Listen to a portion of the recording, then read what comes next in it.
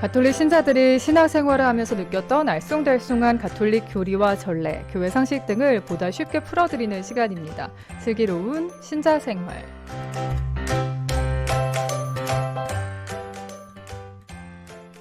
네, 이 코너는 신자 재교육 시간으로 모든 신자들의 궁금증을 풀어보는 시간입니다.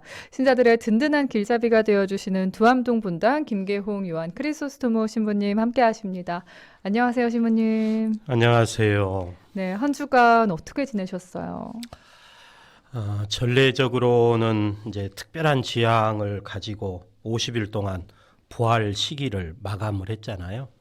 그래서 조금은 좀 아쉬운 감도 있고, 네, 특히나 이제 5월 성모성월, 네, 코로나로 인해서 신심 행사도 위축돼 버렸고, 또 지금 이번 주간이 어떤 의미에서는 성모의 밤 행사로 분주한 네. 이제 그런 시기이기도 한데 그것도 지금 포기를 해야 되는 그런 아쉬움이 여러 갈래로 겹쳐지는 그런 한 주간이었습니다. 그러게요. 원래 평소 같으면 성모의 밤 행사를 하면서 편지도 봉헌하고 꽃도 봉헌할 텐데 말이죠. 그렇죠. 네. 네.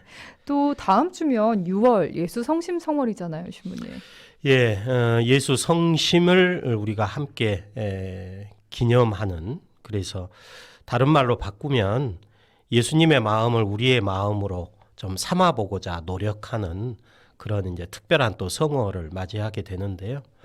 어쨌든 한 달 동안 예수 성심을 기리면서 예수님의 그 자유로운 마음을 조금이라도 본받아가는 그런 한 달이 되었으면 합니다. 네, 6월은 예수님의 마음을 닮아가는 우리들이 될 수 있도록 노력들로 가득가득 채워보면 좋겠다는 생각이 듭니다.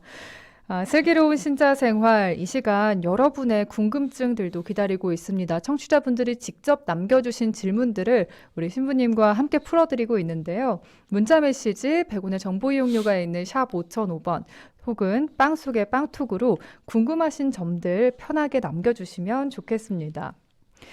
신부님, 지난 시간에는 저희 성령에 대한 이야기들, 질문들 살펴봤는데 오늘 먼저 추가적으로 관련된 내용들 보도록 하겠습니다. 왜 성령 하면 자연스럽게 비둘기를 떠올리게 돼요. 네. 그리고 많은 미술이나 성화에서도 성령을 비둘기 형상으로 표현하곤 하는데요. 그 이유도 있나요, 신부님?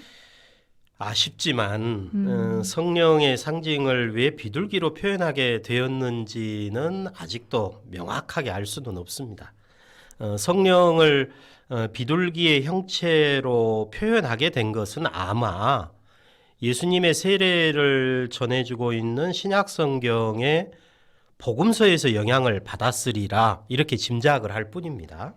실질적으로 마테오 복음서에 보면 하느님의 영이 비둘기처럼 이렇게 표현을 했고, 네. 마르코 복음서와 요한 복음서에서도 성령께서 비둘기처럼, 또 루카 복음에서도 성령께서 비둘기 같은 형체로 이런 표현을 썼거든요. 이제 여러 가지 그 추정 중에서 이 자리를 통해서 소개하고 싶은 내용은 하느님의 사랑을 가리키는 것이었을 것이다라는 설명을 소개를 드리고 싶습니다. 그러니까 구약 성경을 보시면 아가스라는 경전이 있어요. 네. 우아할 아자를 써서 아가, 우아한 노래를 모아놓은 것이다. 그래서 아가라고 표현을 하는데요. 이 아가서를 보신 분들은 한편으로는 좀 당황스러우실 수도 있습니다. 네. 왜냐하면 경전에 나오는 그 표현 방식들이 연인 사이의 어떤 관능적인 사랑의 표현을 많이 썼고, 네. 그 관능적인 사랑의 표현을 통해서 죽음처럼 강한 하느님의 사랑을 고백한 경전으로 우리가 해석을 하기 때문에 말마디 자체만 놓고 보면 상당히 당황스러운 표현들이 많아요.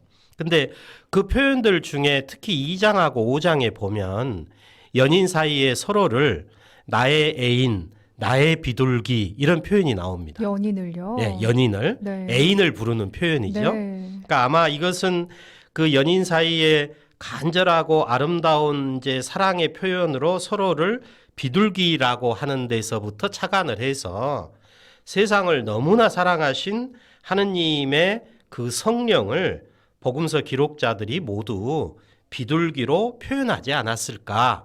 이렇게 이제 추정만 할 뿐이죠. 네. 그나마 이제 이 추정이 비둘기의 형체로 성령을 표현한 의도를 우리가 조금은 이해할 수 있지 않나 싶습니다. 네.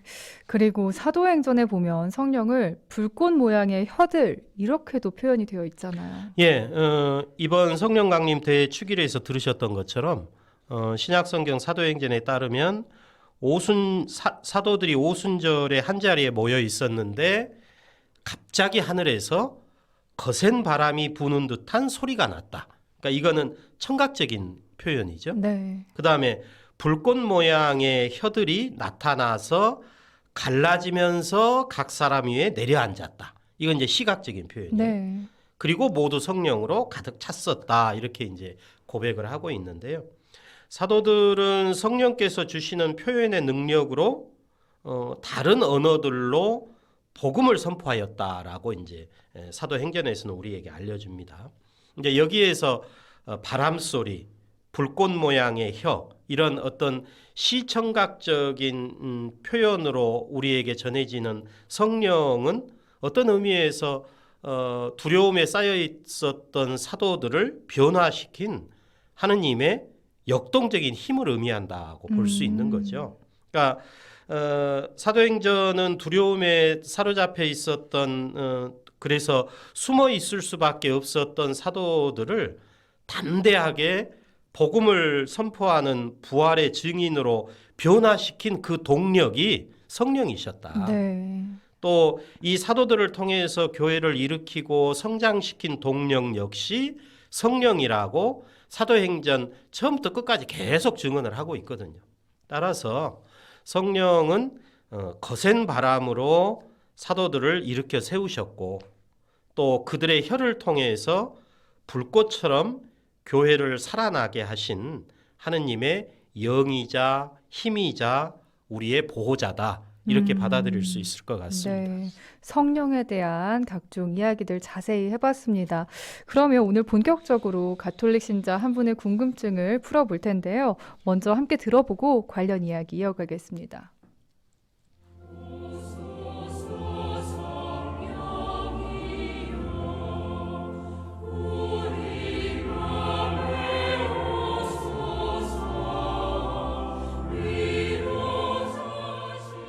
진월동 본당 오은남 미카엘라입니다.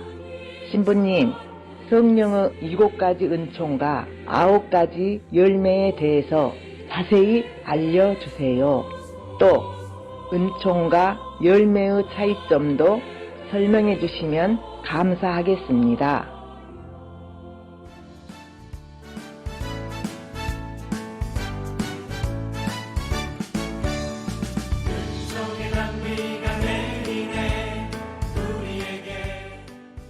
성경에서 어느 구절에 성령의 열매와 은총에 대해서 나왔는지 궁금합니다. 김기영 신부님, 김계홍 신부님, 저희들의 궁금증을 풀어주세요. 파이팅!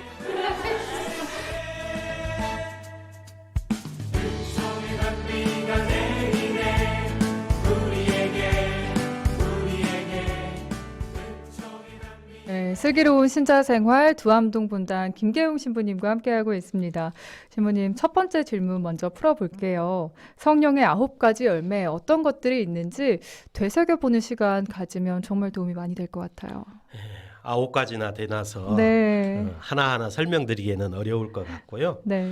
우선 이 9가지 열매는 바오로 사도가 갈라티아 신자들에게 보낸 서간에서 나오는 말씀이거든요.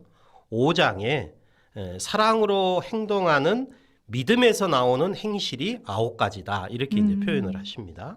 이제 그것을 내용을 말씀을 드리면 사랑, 기쁨, 평화, 인내, 호의, 선의, 성실, 온유, 절제. 좋은 건 다 들어가 있잖아요. 정말 9가지네요. 이 좋은 이 9가지 행실, 네. 이것은 사랑으로 행동하는 믿음에서 나오는 행실들이다. 이렇게 네. 이제 바오로 사도가 말씀하신 것인데요. 바오로 사도는 이 9가지 성령의 열매와 반대되는 것도 말씀하시거든요. 네. 그걸 이제 성령의 열매라는 표현과 상대적인 표현으로 육의 행실 이렇게 표현을 네. 하십니다. 이 육의 행실에는 몇 가지가 있느냐 하면 15가지가 나와요. 정말 많네요. 네. 이제 이것을 오늘 이 시간에는 이제 설명드릴 내용은 아니니까요. 네. 그런데 이제 자세히 들여다 보니까 육의 행실이라고 하는 단어는 복수로 쓰셨고 그리스 말로 성령의 열매라는 단어는 단수로 기록을 했어요. 그러니까 우리가 상식적으로 생각을 해봤을 때 육의 행실이 15개나 되니까 복수로 쓰는 게 맞고 네. 성령의 열매도 지금 말씀하신 것처럼 9개니까 네. 복수로 써야 되는 거잖아요. 그러니까요. 근데 성령의 열매라는 단어는 단수로 기록을 하셨다. 이제 이걸 어느 누군가가 눈여겨보고 왜 그러면 이런 기록의 차이가 나왔을까? 이건 분명 실수가 아니고 성령의 열매가 9가지로 다양하게 나타나긴 하지만 사랑이라고 하는 하나의 원천에서 나온다는 의미를 강조하기 위해서 바오로 사도가 의도적으로 단수로 썼을 것이다. 이렇게 추정을 합니다. 결국 하나라는 점이군요. 그렇죠. 그러니까 그 의미대로 우리가 살펴보면 네. 기쁨과 평화라고 하는 것은 사랑이 모든 관계 안에 깃들었을 때 나타나는 표지거든요. 네, 네. 그 다음에 인내와 호의와 선의라고 하는 것은 사랑이 모든 관계 안에서 드러나는 표지예요. 그리고 이제 성실과 온유와 절제라고 하는 것은 사랑이 모든 관계 안에서 생겨나고 펼쳐지는 조건이라고 할 수 있는 것이거든요. 이제 이런 의미를 가지고 성 아우구스티노 성인이 하신 말씀을 되새겨 보는 것도 참 재밌는데요. 네. 아우구스티노 성인이 어떤 말씀을 하셨냐면 사랑해라. 그리고 나서 네가 원하는 바를 무엇이든지 하라. 이런 말씀을 하시거든요. 네. 그러니까 아우구스티노 성인 역시도 사랑이 있으면 뭐든지 해도 된다는 거죠. 그러니까 아마 바오로 사도가 성령의 9가지 열매를 말씀하시고자 했던 의도와 아우구스티노 성인의 말씀도 같은 맥락이라고 해석을 해볼 수 있겠죠. 네. 어쨌든 아쉽기는 한데 9가지 열매 하나하나를 살펴보는 데는 한계가 있으니까요. 오늘 이 시간에는 기왕 그 9가지 열매 중에서 호의라고 하는 열매를 잠깐 한번 살펴보겠습니다. 네. 좋을 호자에다가 뜻 의자를 쓴 것인데요.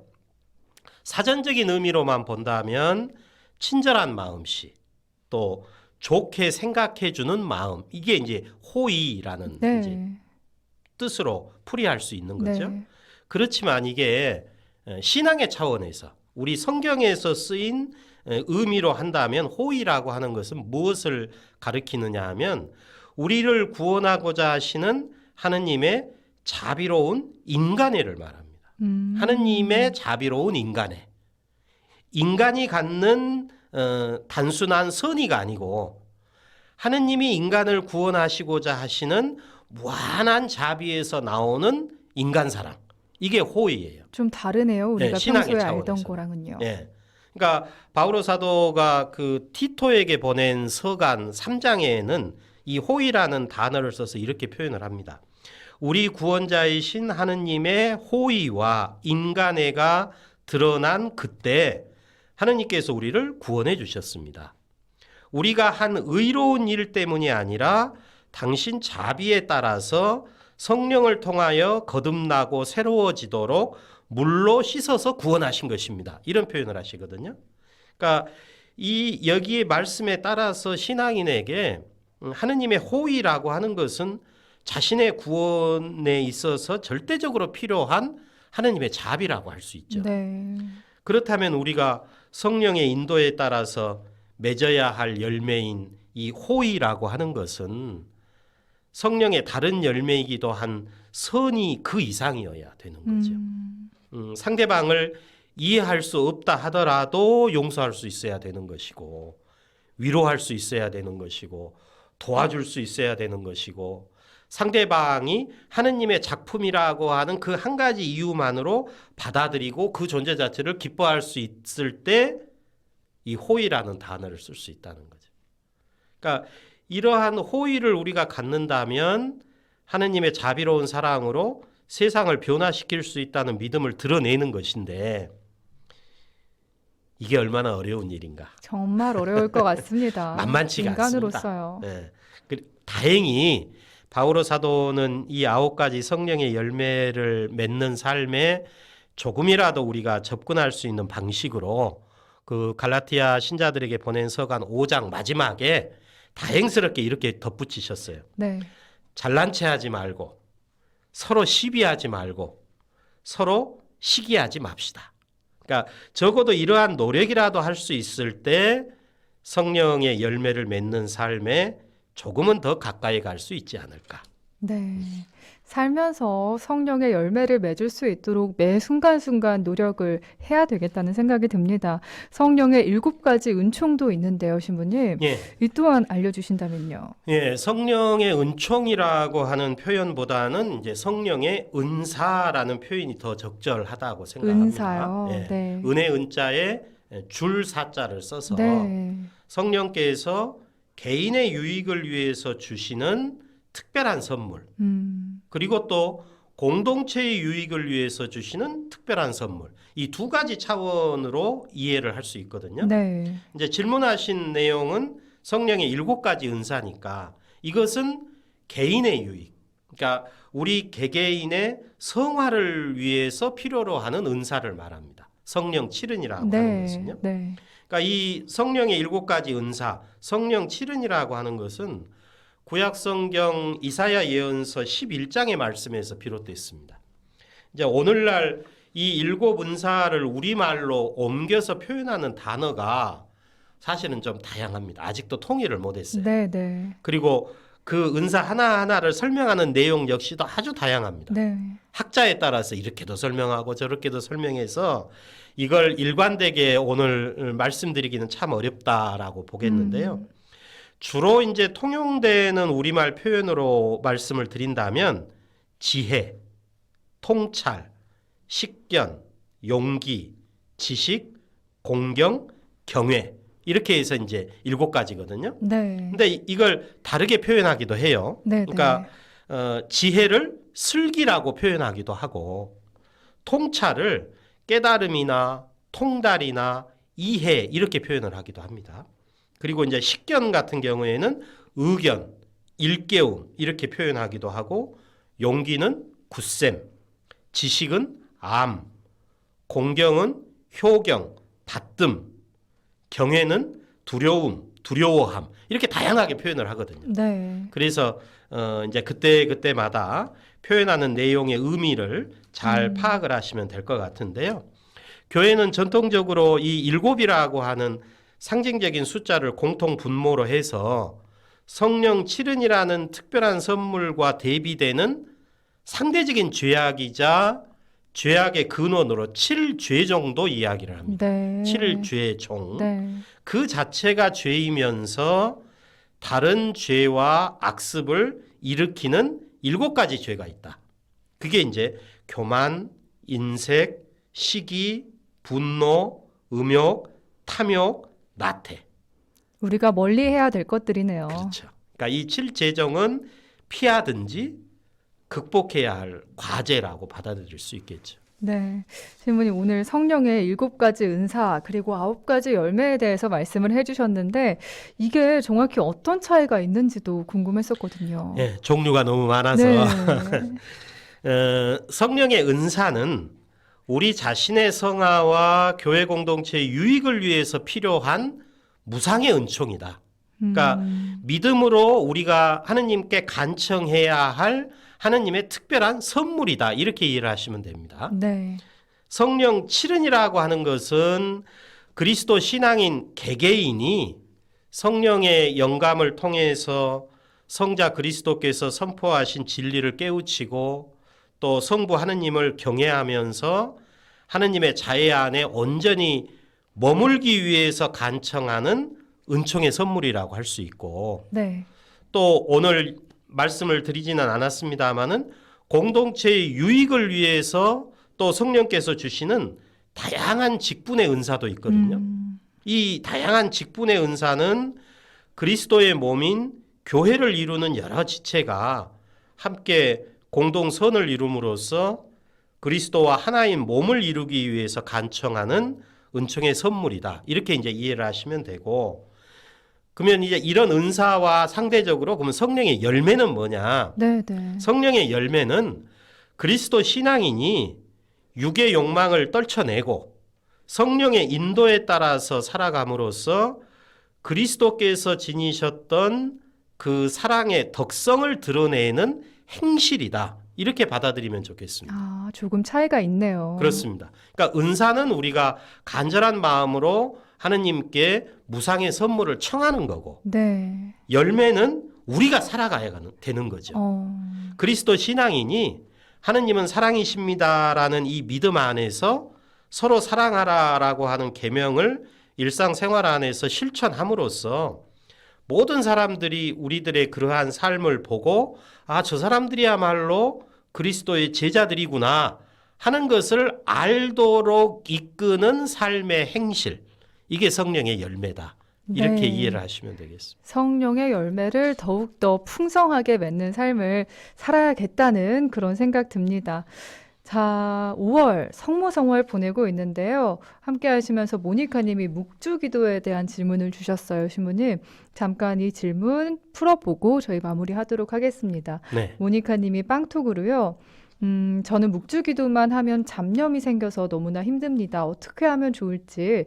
잡념이 많이 들어서 기도하면 효과가 없나요? 좋은 말씀 해주세요, 신부님. 하셨어요. 그 잡념의 내용이 뭔지를 잘 모르겠으나 신부님, 이런저런 생각이 다 들잖아요, 기도할 때. 잡념이 꼭 나쁜 건 아닌데요. 어, 묵주기도는 본래 말 그대로 묵상 기도라고 볼 수 있습니다. 예수님께서 이루신 구원의 신비를 우리가 현재 4개로 나누죠. 환희, 고통, 영광, 빛, 이렇게 4개의 신비로 나누어서 그 신비를 묵상하면서 성모성을 바치는 게 묵주기도예요. 네. 그래서 묵주기도의 본래 성격은 묵상기도입니다. 그런데 이제 묵상이라고 하는 것 자체가 침묵 중에 관상을 하는 것이니까 아무래도 저를 포함을 해서 모두가 다 똑같은 처지이지 않을까. 한 지향점으로 오랫동안 시간을 유지한다는 건 사실 거의 불가능한 일이죠. 그럼요. 그러니까 아무래도 지금 자매님이 표현하신 잡념이라고 하는 네. 것, 이제 그것이 어떤 것인지는 모르겠으나 여러 가지 생각이 날 수 있는 거죠. 네. 그 자체가 저는 나쁜 거라고 생각하지 않습니다. 그러니까 그 자체도 우리가 묵상하고자 하는 예수님의 구원 신비와 함께 같이 조화를 이루는 거죠. 그러니까 그 자체를 나쁜 것으로 생각하실 필요 없고, 전 그것이 부담스럽고 그러시다면 묵주기도 자체를 뭐 남에게 피해 주지 않는 범위 내에서 성모성을 소리내서 바치는 것도 하나의 방법이라고 생각합니다. 그러네요. 아무래도 내가 소리를 내면 네. 또 소리를 내는데 집중을 하게 되니까 네, 맞아요. 지금 염려하시는 잡념이 조금 더 덜어지지 않을까. 예, 우리 모니카님의 궁금증까지 풀어봤습니다. 유튜브로 김레오님, 연우님도 인사 남겨주셨네요. 이 시간 유튜브로 보이는 라디오로도 김계용 신부님과 함께한 유익한 시간이었습니다.